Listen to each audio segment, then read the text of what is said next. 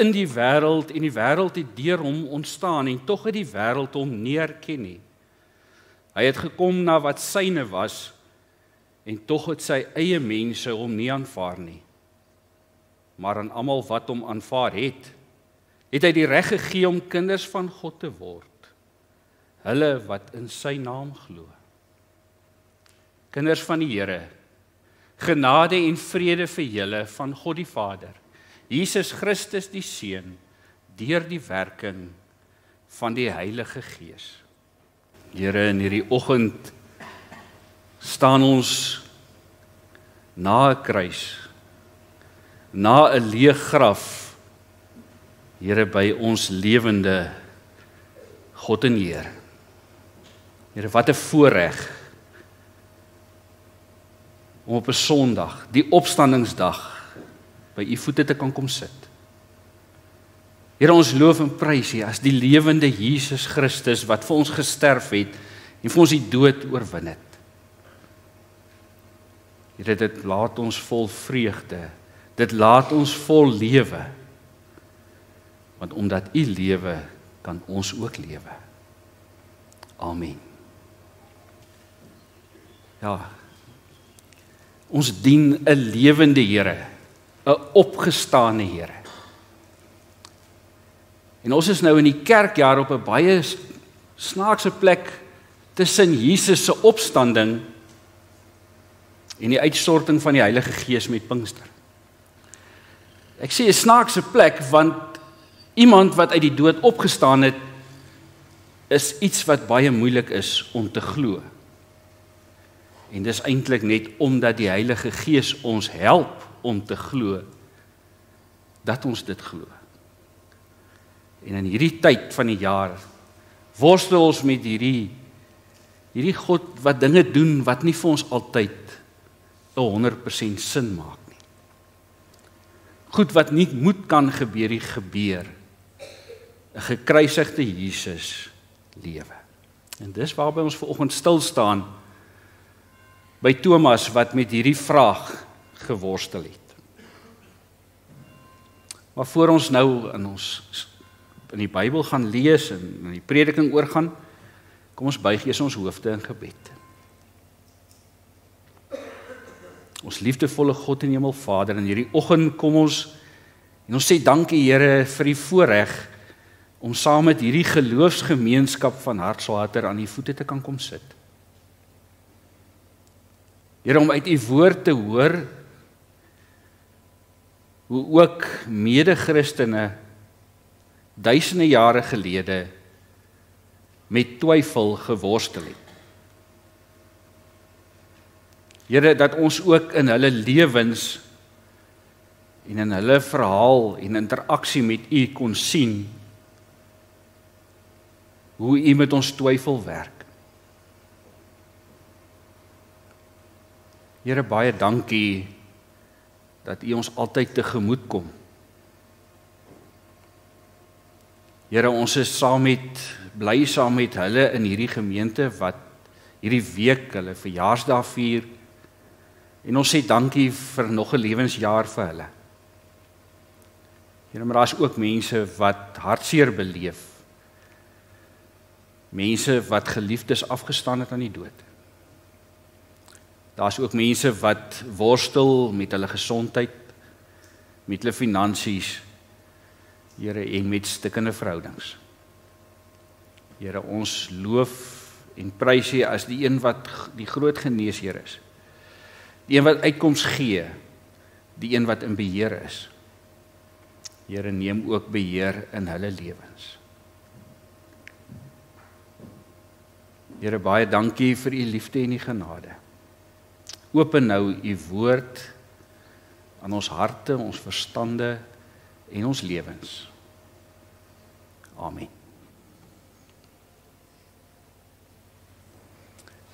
Ons tema vir oggend is smartryk en die fake news eksperiment. Ons moet net gou eers 'n bietjie gesels oor eksperimente, want dit lyk nie vir my of hier nou baie kinders is nie. En party van julle lyk vir my was bietjie lank terug in die skool gewees.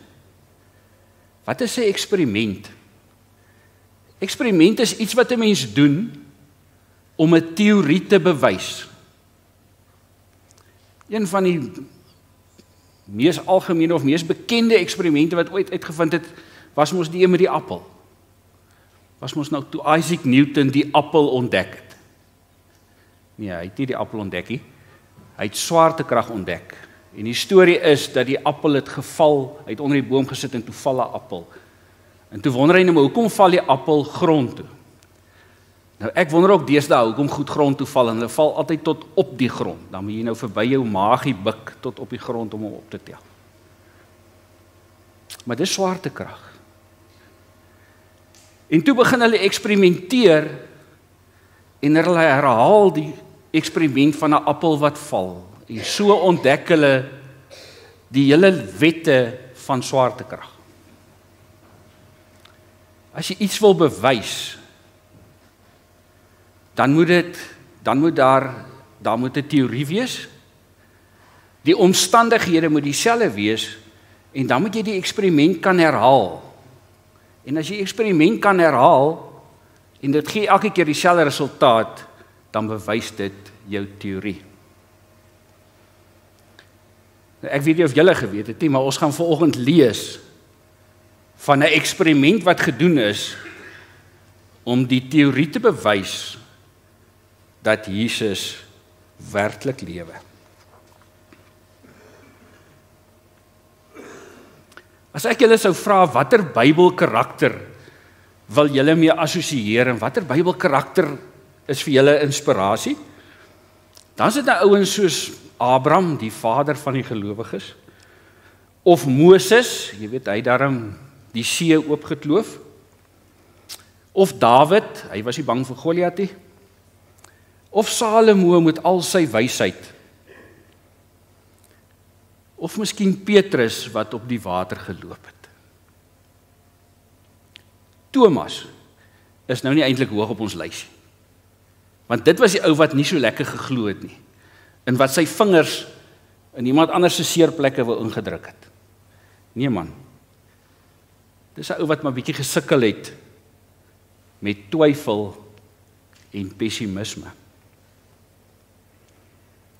Maar tog is daar 'n stukkie Thomas in elkeen van ons.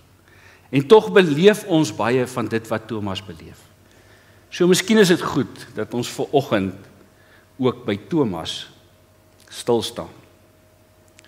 Ons kry hierdie verhaal van Thomas in Johannes 20 en ons gaan daarvan af saam lees vanaf vers 19. Jesus verskyn aan sy disippels. Dit was al laat die aand op daardie eerste dag van die week. Dis die Sondag-aand wat Jesus opgestaan het. Jesus het die Sondagoggend opgestaan, en dis die Sondag-aand. Die deure waar die disippels vergader het, was gesluit uit vrees vir die Jode. Jesus het toe gekom en tussen hulle gaan staan en vir hulle gesê, vrede vir julle. Nadat hy dit gesê het, wys hy hulle sy hande en sy sy. Die disippels was verheug toe hulle die Here sien. Jesus sê toe weer vir hulle, vrede vir julle. En dan is dit 3 geweldige belangrike uitsprake. Die eerste een, soos die Vader my gestuur het, stuur ek julle ook. As jy kind van die Here is, het jy 'n job. Nadat hy dit gesê het, blaas hy oor hulle en sê vir hulle, ontvang die Heilige Gees. In die teologiese wêreld is daar 3 denkwyse. Die eerste denkwyse is, hulle toe hy dit gedoen het, het hulle die Heilige Gees gedeeltelik ontvang. Anders sê hulle die disippels het dit klaar daar die Heilige Gees ontvang. Maar die derde een is eintlik 'n mooi ene.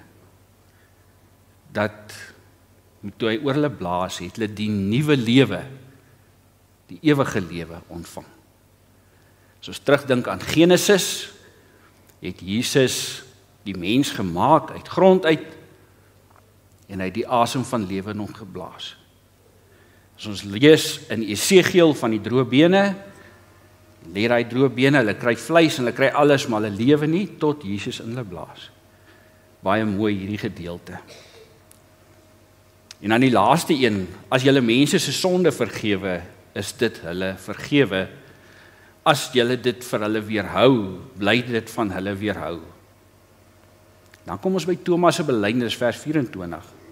Maar Thomas, een van die 12 wat bekend gestaan het as Didymus, dis nou tweeling, was nie by hulle toe Jesus gekom het nie. Hy was die Sondag aand nie daar nie. Die ander disippels loop hom raak en sê toe vir hom, ons het die Here gesien.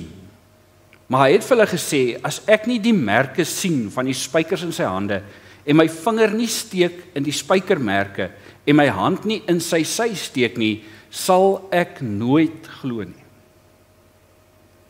8 dae later, en nou moet ons onthou hoe die Grieke getel het, Sondag was die dag 1, en dan gaan jy nou deur, maar hulle praat nou van 8 dae later, tel hulle daai vorige Sondag by, so dis weer Sondag aand. 8 dae later was sy disippels weer binne, en Thomas saam met hulle. Terwyl die deure gesluit was, het Jesus gekom, en in hulle midde gaan staan en gesê, vrede vir julle.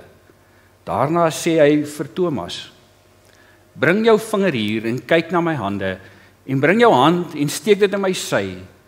En Thomas het vir hom gesê, my Here en my God. Toe sê Jesus vir hom, glo jy omdat jy my gesien het? Gelukkig is hulle wat nie gesien het nie, en tog tot geloof gekom het. Jesus het nog baie ander tekens voor sy disippels gedoen, wat nie in hierdie boekrol geskryf staan nie. Hierdie dinge is egter neergeskryf, sodat julle kan glo dat Jesus die Christus is, die Seun van God, en dat julle deur te glo die lewe in sy naam kan hê. En dis die einde van hoofstuk 20.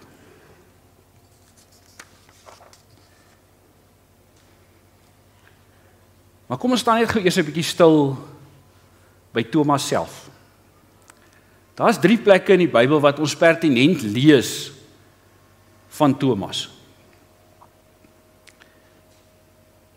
En as ons dit nou lees, dan wil ek hê julle moet 'n bietjie dink of oplet hoe elke keer is Thomas negatief. Hy praat negatief. Thomas was 'n bietjie van 'n pessimistiese mens. As jy ou daar op ons prentjie, hy sit onder die sambeel en dan reën hy nog steeds nat. Die eerste keer wat ons lees pertinent van Thomas, is toe Lazarus siek is. Lazarus word siek en Jesus kry die boodskap, Lazarus is siek, en dadelik sê sy disippels vir hom, jy kan nie na Lazarus toe gaan nie. Want laas wat ons in Judea was, wou die Joodse leiers ons doodmaak. As ons nou Judea toe gaan, dan gaan ons doodgemaak word. Maar dan is dit Thomas wat aan die woord kom. Thomas is die ou wat dan die disippels moet inpraat. Maar luister mooi wat sê hy. Ons kry dit in Johannes 11 vers 16. Kom ons gaan ook, dis nou saam met Jesus, sodat ons saam met hom kan sterf. Dis nou 'n manier om mense moet in te praat. Kom ons gaan ook, dan gaan ons ook sommer saam met hom dood. Die tweede keer is die aand voor Jesus se kruisiging. Johannes skryf ons baie in detail oor daardie aand. En dan sê Jesus vir hulle tydens daai gesprek dat hy weggaan om vir hulle plek voor te berei by God. In vers 4 van Johannes 14 sê die Here dan, julle ken die weg na die plek waarheen ek gaan. Thomas sê toe vir die Here, Here, ons weet nie waarheen u gaan nie. Hoe kan ons dan hierdie weg ken? Jesus sê vir hom, ek is die weg, die waarheid en die lewe. Niemand kom na die Vader behalwe deur my nie. Dis die aand voor die kruisiging. Sê Jesus, ek is die weg, die waarheid en die lewe. En nou is Jesus gekruisig, hy staan op, hy verskyn aan die ander disippels, maar Thomas is nie daar nie. En dan is ons by ons teksvers vir oggend. En weer, luister mooi wat sê Thomas in vers 25. As ek nie die merke sien van die spykers in sy hande en nie my vinger nie steek in die spykermerke en my hande nie in sy sy steek nie, sal ek nooit glo nie. Alles in die negatief gestel. Thomas kyk die lewe 'n bietjie negatief, deur 'n swart gallige bril.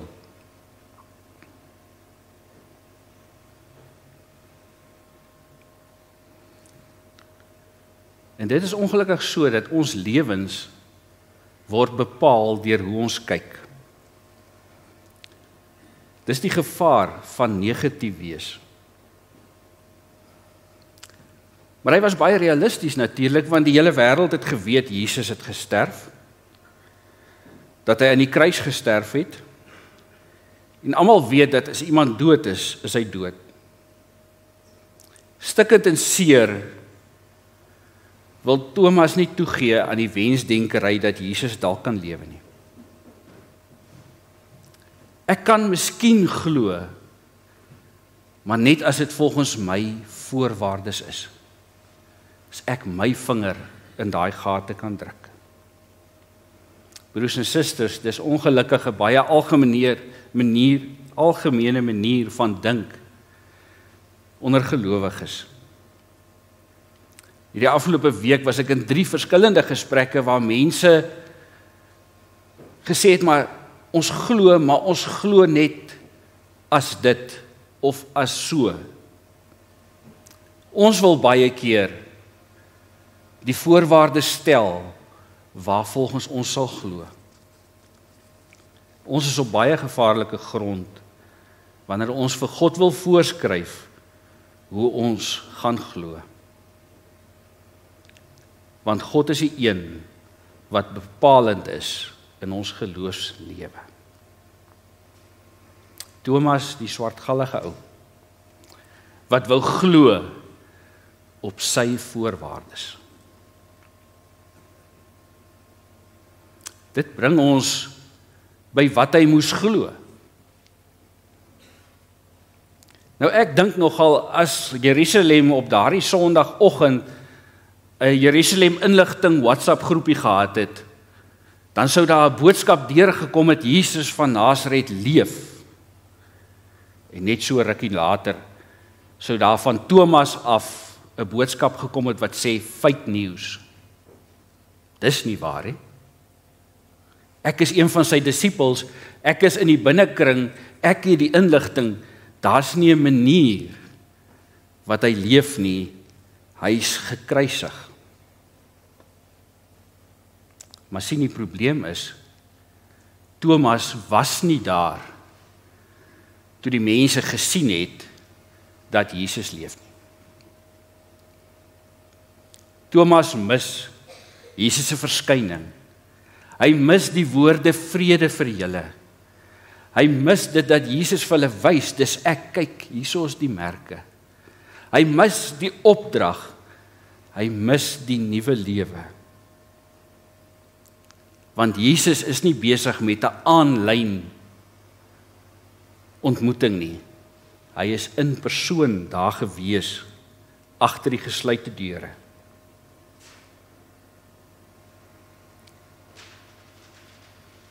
Maar dit gaan nie net oor hy nie daar was nie. Want die probleem is, as ons teks lees, dan sê dit maar, Thomas het nie die disippels geglo nie. Die ergste is, Thomas het nie net nie die disippels geglo nie, hy het ook nie die Here geglo nie. Want as ons evangelies lees, dan sien ons in alle evangelies is daar 3 pertinente plekke waar Jesus vir hulle sê as sy disippels, ek gaan sterf en ek gaan opstaan.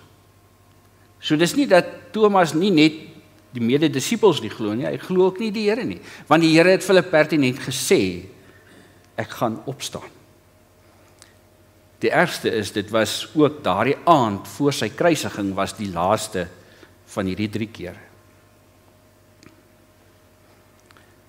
Dat Jesus lewe is nie fake news nie, dis in die Bybel.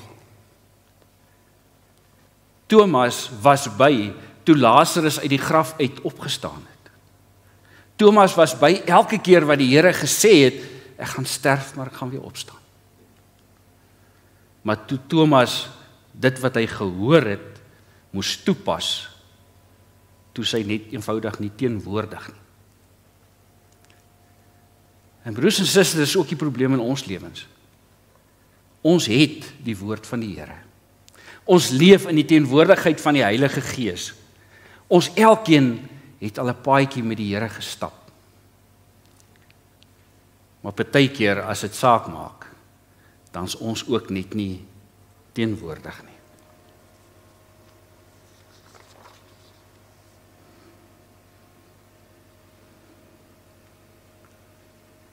Maar dan kom die storie en dit verander 'n bietjie. Want die wonderlike is, dat terwyl Thomas twyfel en swartgallig is dit weer Sondag aand. En Jesus kom vir Thomas tegemoet. En ons is nou by die appelgedeelte van die preek. Dis verbasend as 'n mens mooi na die detail kyk van hierdie verhaal van Thomas, hoe daar ooreenstemmings is, hoe sekere goed dieselfde is.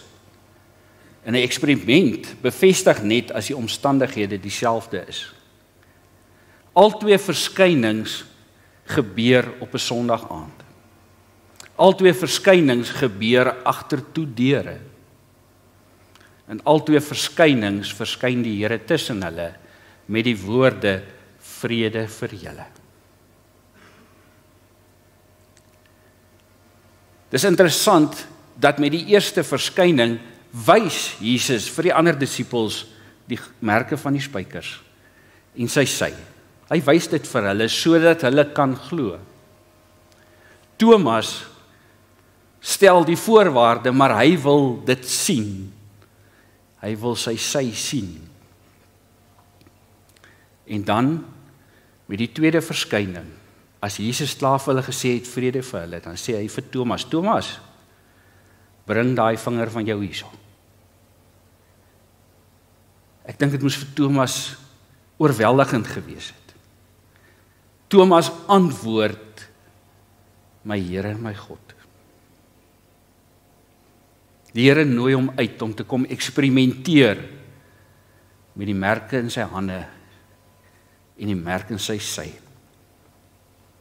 Dis amper asof die Here vir hom wetenskaplik wil bewys dat hy lewe. Die Here kom nie net so om tegemoet nie. Ons het van die begin af gesê dat Thomas praat baie negatief. Hy's 'n negatiewe mens. En as jy mooi na sy voorwaarde onthou, soos ons dit nou gelees het, het hy gesê, as ek nie sien en voel nie, sal ek nie glo nie. As jy dit nou wil positief gestel het, sou jy gesê het, man, ek is bereid om te glo, ek wil vreeslik om ook net graag die merke sien, maar nee, as ek dit nie sien nie, gaan ek nie glo nie. En wat kom Jesus? As Jesus hom uitnooi, dan sê hy vir hom, kom, bring jou vinger, kom eksperimenteer aan my lyf, kom voel aan my lyf. En dan hierdie woorde, moenie langer ongelowig wees nie, maar gelowig. Jesus kom vat vir Thomas van sy negatiewe taal af na 'n positiewe. Moenie langer nie glo nie, maar glo. Jesus kom antwoord vir Thomas in sy eie taal, maar hy los hom nie in sy eie taal nie. Hy vat vir hom na die positiewe geloof toe. Die resultaat van hierdie eksperiment, van hierdie merke in die hande en die merke in die sy, is nie dat Jesus van Nasaret leef nie.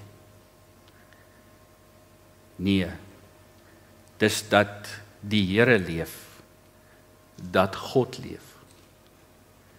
En vir Thomas is die resultaat van hierdie eksperiment nie net 'n stelling dat die Here leef en God leef nie. Dit word vir hom persoonlik. Dit word my Here en my God.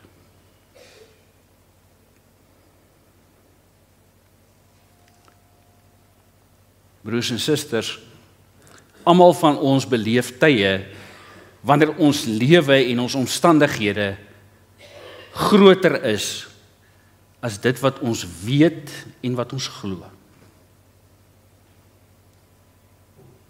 Ons almal, en daar myself nogal ingesluit, is maar geneig om na die bobbejaan agter die bult te kyk, asof dit King Kong is. Die ironie is dat Jesus met sy woord, met sy gees, met sy verhouding wat hy met elkeen van ons het, eintlik vir ons wys dat hy groter en magtiger en in beheer is en sterker is as ons omstandighede. Maar uit tog, dan kom hy innerlike Thomas maar uit. En wanneer hy uitkom en ons twyfel, dan is dit belangrik om hierdie punchline van hierdie verhaal van Thomas te onthou en te ontdek. Dat in Thomas se twyfel kom die Here na hom toe. En die Here kom wys vir hom wie hy is. Dis nogal ook belangrik dat wanneer ons krisisse beleef, ons nie sal onttrek van die getuienis van ons medegelowiges nie. Dis waarvoor ons geloofsgemeenskappe is. Dat ons mekaar sal ondersteun en mekaar sal help. Wanneer ons krisisse beleef, dan moet ons daar wees vir mekaar.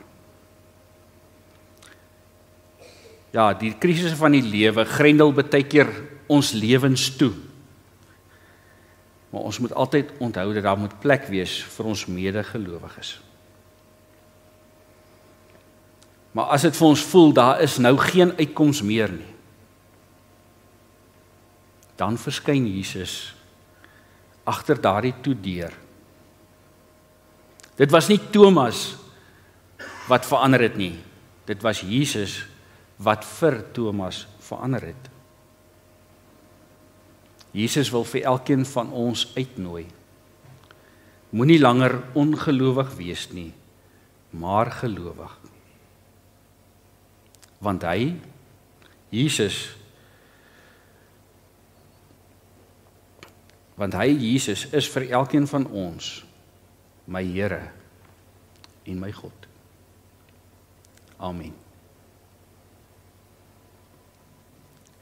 Here, in hierdie oggend besef ons hoe maklik dit vir ons is om in die lewe vas te kyk. Here, hoe maklik dit is dat die krisisse vir ons groter is as u werklikheid. Here, help ons om ook wanneer die lewe ons wil toesluit met krisisse, Here, dat ons sal luister na die getuienis van ons medegelowiges. Here, dat ons sal ontdek dat u by ons verskyn en by ons is in ons krisisse. Here, help ons om ook in die lewe daar buite heeltyd te soek en te kyk na u hand en u grootheid en u genade. Here, want dit is oral om ons. Here, ons loof en prys u in hierdie oggend dat u die een is wat ook vir ons kom haal met ons negatiewe taal en al. Here, ons vat na 'n positiewe plek waar u ons wil hê. Here, help ons om elke dag te leef met 'n ewigheidsperspektief. Here, met 'n ewige lewe energie. Here, baie dankie dat ons dit het, omdat u lewe, omdat u my Here en my God is. Amen. Daar's nou geleentheid vir die opneem van die dankoffers. Here, ons dankie vir die voorreg dat ons u kan dien met ons offergawes. Ja, Here, ons het 'n uitdagende seisoen. Maar oestyd is op hande. Here, en ons vra dat U die oeste sal seën. Here, seën dan ook hierdie dankoffers en laat dit gebruik word tot uitbreiding van U koninkryk en tot eer van U naam. Amen. Broers en susters, die Here lewe. Ons gaan afsluit met Vlam 206, 'n geloofsbelydenis. Soos Thomas gaan ons afsluit met 'n geloofsbelydenis. Kom ons staan, dan sing ons lekker saam. En besef ons hoe maklik dit vir ons is om in die lewe vas te kyk. Here, hoe maklik dit is dat die krisisse vir ons groter is as U werklikheid. Here, help ons om ook wanneer die lewe ons wil toesluit met krisisse, Here, dat ons sal luister na die getuienis van ons medegelowiges. Here, dat ons sal ontdek dat U by ons verskyn en by ons is in ons krisisse. Here, help ons om ook in die lewe daar buite heeltyd te soek en te kyk na U hand en U grootheid en U genade. Here, want dit is oral om ons. Here, ons loof en prys U in hierdie oggend dat U die een is wat ook vir ons kom haal met ons negatiewe taal en al. Here, ons vat na 'n positiewe plek waar U ons wil hê. Here, help ons om elke dag te leef met 'n ewigheidsperspektief. Here, met 'n ewige lewe energie. Here, baie dankie dat ons dit het omdat U lewe, omdat U my Here en my God is. Amen. Daar's nou geleentheid vir die opneem van die dankoffers. Here, ons dankie vir die voorreg dat ons U kan dien met ons offergawes. Ja, Here, ons het 'n uitdagende seisoen, maar oestyd is op hande. Here, en ons vra dat U die oeste sal seën. Here, seën dan ook hierdie dankoffers en laat dit gebruik word tot uitbreiding van U koninkryk en tot eer van U naam. Amen.